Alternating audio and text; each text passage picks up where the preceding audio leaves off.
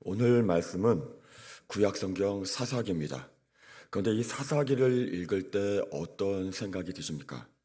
그 앞에 여호수아서를 읽으면 힘이 나고 또 마음이 뜨거워지는데 사사기의 말씀으로 넘어오면 답답함과 또 안타까움이 있습니다. 사사기 앞에 여호수아서에서 반복되는 말씀은 무엇입니까? 강하고 담대하라. 정복해야 할 땅 가나안 땅을 앞두고서 강하고 담대하라. 이 말씀이 계속해서 반복됩니다. 내가 내게 명령한 것이 아니냐. 강하고 담대하라. 두려워하지 말며 놀라지 말라. 내가 어디로 가든지 내 하나님 여호와께서 너와 함께 하시느니라. 그러면 사사기에서 반복되는 말씀은 무엇입니까? 그때 이스라엘에 왕이 없으므로 사람이 각기 자기의 소견대로 자기의 소견에 옳은 대로 행하였더라. 여호수아서에서는 왕이 있었기 때문에 그 왕을 의지하여 강하고 담대할 수 있었습니다. 약속의 땅을 정복하면서 약속하신 복을 누릴 수가 있었습니다.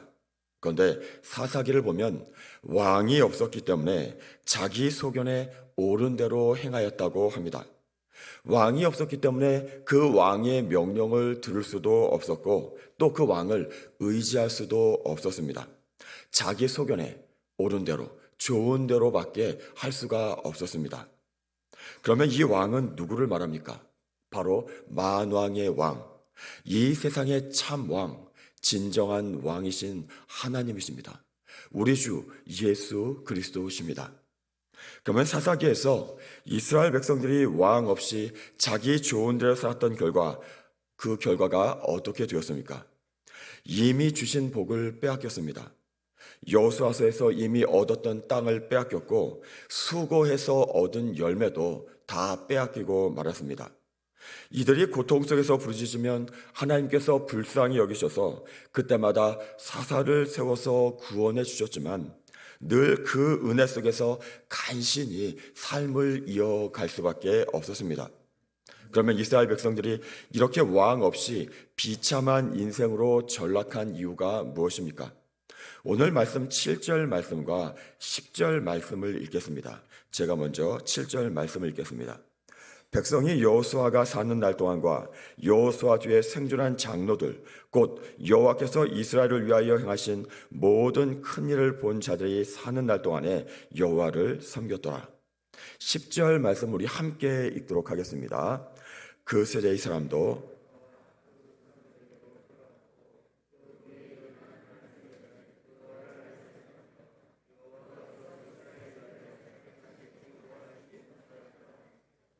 아멘. 여호수아 시대에서는 그 여호수아 시대의 약속의 땅을 정복하면서 하나님을 경험했고 그 경험했던 세대가 계속해서 하나님을 잘 섬겼습니다. 그런데 10절 말씀에서 그 후에 일어난 다음 세대는 하나님을 알지 못했다고 합니다. 그래서 다음 세대가 아니라 다른 세대라고 표현하고 있습니다.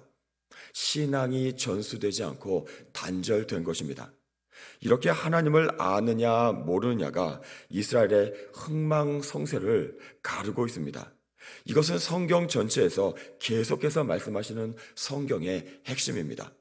하나님을 잘 섬기고 예배할 때는 나라와 백성들이 흥했지만 하나님을 떠날 때는 나라와 백성이 어려움을 겪었고 급기야는 멸망하고 말았습니다. 우리 한국교회의 모습은 어떻습니까? 참으로 많이 닮아 있습니다. 우리 앞세대의 신앙은 참으로 뜨거웠습니다. 모이기에 힘썼고 말씀과 기도, 찬양에 열심이었습니다. 교회마다 밤새 기도하고 기도원에는 나라와 민족을 위해 기도하는 사람들이 넘쳐났습니다. 이때 예수님 믿는 사람들이 1,000만을 넘는다는 통계 수치도 있었습니다. 그런데 지금은 어떻습니까? 그렇지 않습니다. 지금 세대는 각자 자기 삶에 바쁘다 보니 예전의 열심이 사라져 버렸습니다. 다음 세대는 학교에서 교회 다니는 친구들 조사를 해보면 한 반에 한 명, 많으면 2명 또는 한 반에 한 명도 없는 반들이 많이 있다고 합니다. 우리가 새 교회당을 건축하면서 가장 많이 기도했던 것이 무엇입니까? 다음 세대를 세우는 것이었습니다. 그리고 지역사회를 복음화하는 것이었습니다. 다음 세대를 세워야 하는 것 누구나 알고 있고 또 기도합니다. 오늘 성경 말씀 사사기 시대에서도 마찬가지였을 것입니다. 그 중요성을 모르지는 않았을 것입니다. 그러면 다음 세대의 신앙을 우리가 어떻게 세울 수가 있습니까?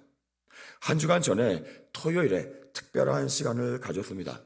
우리 고등부 친구들 10명을 데리고서 용인으로 가서 윌러브라고 하는 찬양팀의 집회에 갔다 왔습니다. 지난주 수요 기도회 때 우리 담임 목사님께서 소개하셨듯이 돈을 내야만 들어갈 수 있는 청소년들 사이에 가장 핫한 유명한 유료 집회입니다. 토요일 오후 6시에 시작해서 9시에 끝나는 집회입니다. 워낙 거리가 멀다 보니까 저녁 9시에 마치고 돌아오는 차편이 여의치 않아서 우리 아이들이 차 운전을 해달라고 부탁을 했고 또 티켓팅도 아이들 스스로가 해서 다녀오게 되었습니다. 마침 용인에 있는 유명한 한국 기독교 순교자 기념관이 3년 반 리모델링을 마치고 지난 6월에 재개관을 해서 여기도 함께 들르게 되었습니다. 오후 6시 찬양 집회는 인터넷 예약을 했는데 경쟁이 너무나 치열해서 좌석은 이미 매진되었고 서서 집회에 참여하는 그런 티켓밖에 없었습니다. 그래서 4시부터 한겨울에 밖에 서서 기다려야 했습니다. 바람이 많이 불어서 체감온도 영하 10도 아래였는데 1시간 가까이 줄을 서서 기다렸습니다. 또 강당 안에 들어와 보니까 난방이 안 되는 체육관에서 1시간 정도 또 기다리고 6시가 되어서야 집회가 시작되었습니다. 집회는 9시가 조금 넘어서 끝났습니다. 중요한 것은 우리 아이들 이날 집회의 만족도가 어땠을까요? 순교자 기념관, 우리 고등부 아이들한테 어울립니까? 체감온도 영하 10도 아래로 떨어진 밖에서 칼바람을 맞으며 1시간 가까이 서서 기다렸고 강당 안에 들어가서 또 1시간을 서서 기다리고 또 집회 3시간 내내 꼼짝없이 서 있었습니다. 저녁은 오다가 휴게소에서 때우고 새벽 1시가 넘어서 집에 들어갔습니다. 그럼에도 우리 아이들 만족도는 최고였습니다. 왜 그렇습니까? 자기들이 가고 싶었던 집회였기 때문입니다. 이미 유튜브나 인터넷으로 은혜 받고 있었던 집회였기 때문입니다. 또 순교자 기념관에 들어가서도 얼마나 우리 아이들이 진지하게 살펴보고 또 질문을 하는지 참으로 대견했습니다. 우리는 보통 우리 아이들의 신앙을 과소평가하는 경우가 있습니다.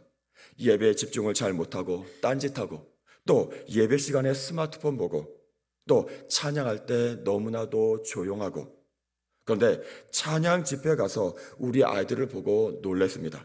5시간을 거뜬히 서서 버티고 찬양을 하는데 팔딱팔딱 뛰면서 그렇게도 뜨겁게 반응하는 것이었습니다. 혹시 믿어지지 않으실까봐 당시 분위기를 알 수 있는 사진 2장과 짤막한 영상 잠깐 보여드리겠습니다. 방송실 부탁드립니다.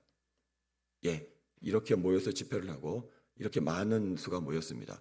영상 짧게 좀 부탁드릴게요. 시간이 없어서 짧게만 틀어드리겠습니다. 두 손을 들고 저렇게 팔딱팔딱 뛰면서 찬양하고 기도했습니다. 이 영상이 바로 우리 아이들 집회의 영상입니다. 약 1,500명이 모였는데 모두 다 청소년들이었습니다. 간혹 인솔자나 또 어린 대학생들도 보였는데 대부분은 청소년들이었습니다. 이 집회에서 우리 아이들의 모습을 보면서 든 생각은 우리가 다음 세대의 신앙을 많이 걱정하는데 과연 아이들이 문제일까? 아니면 우리 어른들이 문제일까? 결론은 우리 어른들의 문제였습니다. 우리가 우리 아이들의 눈높이를 얼마나 알고 있고 또 얼마나 배려하고 있을까요? 우리는 자꾸 우리의 시각, 우리의 수준에서 우리 아이들에게 강요하고 핀잔을 주는 것은 아닐까요? 가만히 생각해 보면 우리 교회학교 시절도 마찬가지였습니다. 별반 다르지 않았습니다. 고등부 아이들을 3년 동안 지도하면서 느끼는 것은 이 아이들의 신앙은 아이들의 문제가 아니라 부모들의 문제고 어른들의 문제였습니다. 우리 보통 그런 말을 많이 합니다. 문제의 부모는 있지만 문제아는 없다. 특별히 우리 아이들의 신앙 성장을 위해서 무엇을 하고 계십니까?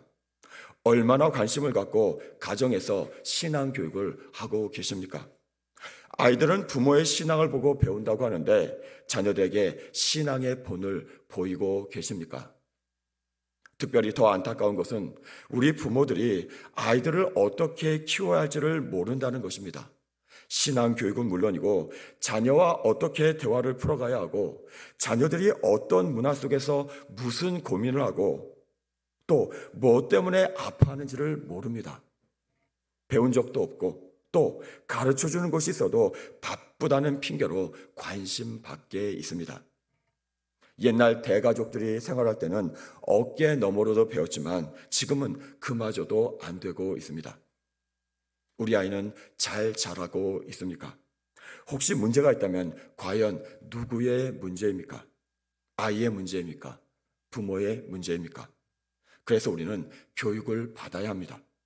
부모 교육, 어른 교육이 필요합니다. 그리고 이번에 하나님께서 이런 기회를 주셨습니다.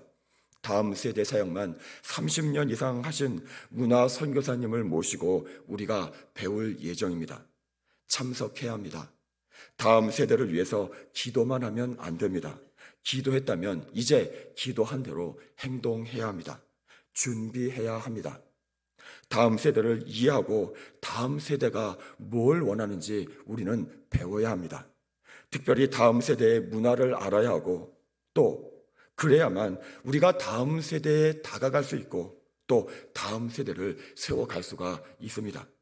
그들 눈높이에서 그들을 이해하고 그들 눈높이에서 멍석을 깔아 주어야 합니다.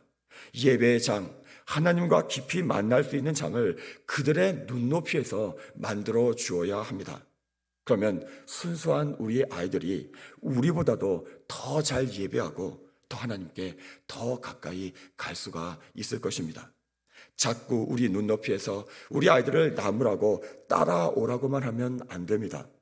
교사대학, 교사 학부모 세미나를 통해서 어떻게 다음 세대를 세워야 하고 나는 무엇을 해야 하는지 꼭 깨닫고 실천하는 새해가 되기를 간절히 소망합니다. 하나님께서 우리 교회 학교에 지금 많은 친구들을 보내주고 계십니다. 그런데 우리는 준비가 아직도 부족합니다. 아직 MZ세대라고 하는 이 아이들을 잘 이해하지 못하고 있고 또 잘 품지 못하고 있습니다. 또 교사가 부족합니다. 주일에 한 번 만나서 1시간 남짓 제한된 시간에 이 아이들을 교육하기 위해서는 많은 교사가 필요합니다. 그런데 다음 세대의 교육이 중요하다고 말씀들은 하시면서 몸과 마음은 다른 곳에 가 계십니다. 지금 벌어지는 학교 교육 현장은 참으로 암담하기만 합니다. 이 아이들의 미래는 학교에 달려 있는 것이 아니라 우리 교회가 어떻게 하는가에 달려 있습니다. 우리 아이들이 하나님 중심 신앙, 신본주의 신앙으로 설 수 있도록 우리가 도와주어야 합니다. 그래야 이 아이들의 미래가 있고 이 나라, 이 민족의 미래가 있습니다. 교회의 미래 역시 바로 여기에 있습니다. 우리 아이들이 공부 못해서 망하는 일은 없습니다. 그러나 하나님을 알지 못하면 망합니다. 개인도, 나라도, 교회도 마찬가지입니다. 이제 우리가 그동안 기도한 대로 다음 세대를 세우기 위해서 하나님께서 주신 이 좋은 기회를 잘 활용하고 배워서 우리 도원교회에서 예배하며 자란 우리 아이들이 이 안동 지역뿐만 아니라 이 나라, 이 민족, 저 땅끝까지 삶으로, 입술로 하나님의 살아계심을 나타내는 믿음의 용사로 쓰임받기를 간절히 소망하며 기대합니다. 기도하겠습니다.